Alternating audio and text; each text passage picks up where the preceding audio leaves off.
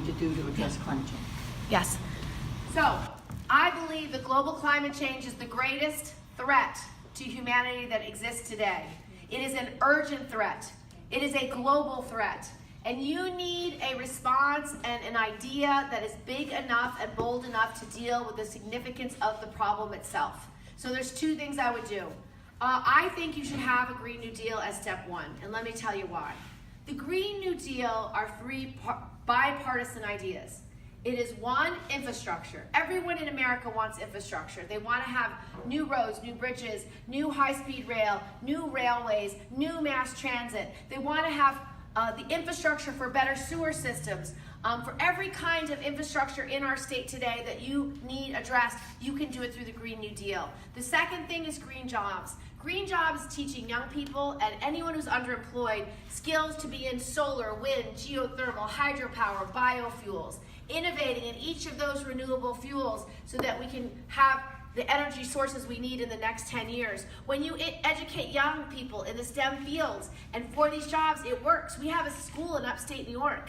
When I toured the school a couple of years ago, they said 98% of the graduates have 3 or more job offers before graduation. It is a jobs program. And the third is clean air and clean water. This is an urgent crisis for every state in the country. I know you have nitrates in your water that you're worried about. Farmers don't have the resources they need to make sure it doesn't go into the water. We have in New York legacy manufacturing, so we have PFOA and PFAS in our water. I was just in Michigan, they have a lead crisis in their water. So if you're cleaning up water as a human right, you're going to be able to make our communities stronger and make sure every child in this country has access to clean water when they turn on the faucet. Those are 3 ideas, all bipartisan for the Green New Deal. The last part is how do you get to net zero carbon emissions in the next 10 years? Seems like a very hard thing to do.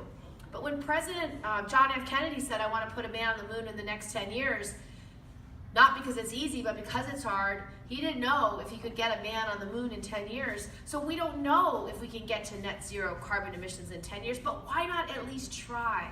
And that's why it's a good aspirational goal. The second part is put a price on carbon.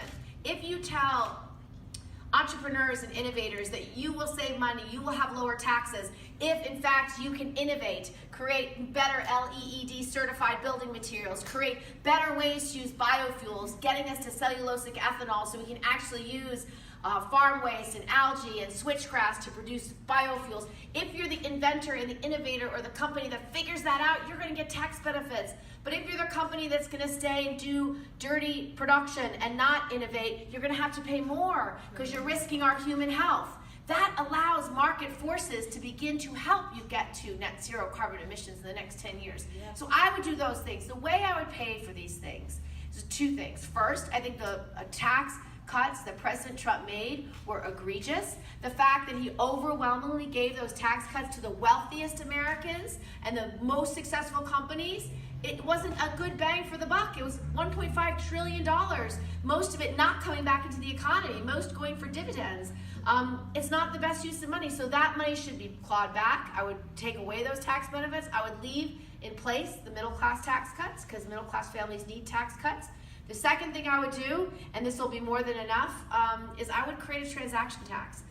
What you've read about in the paper is high-speed trading, flash trading, how our stock market no longer reflects the values of companies because you've got fancy folks in New York and other stock exchanges placing their servers as close to the stock exchange as possible.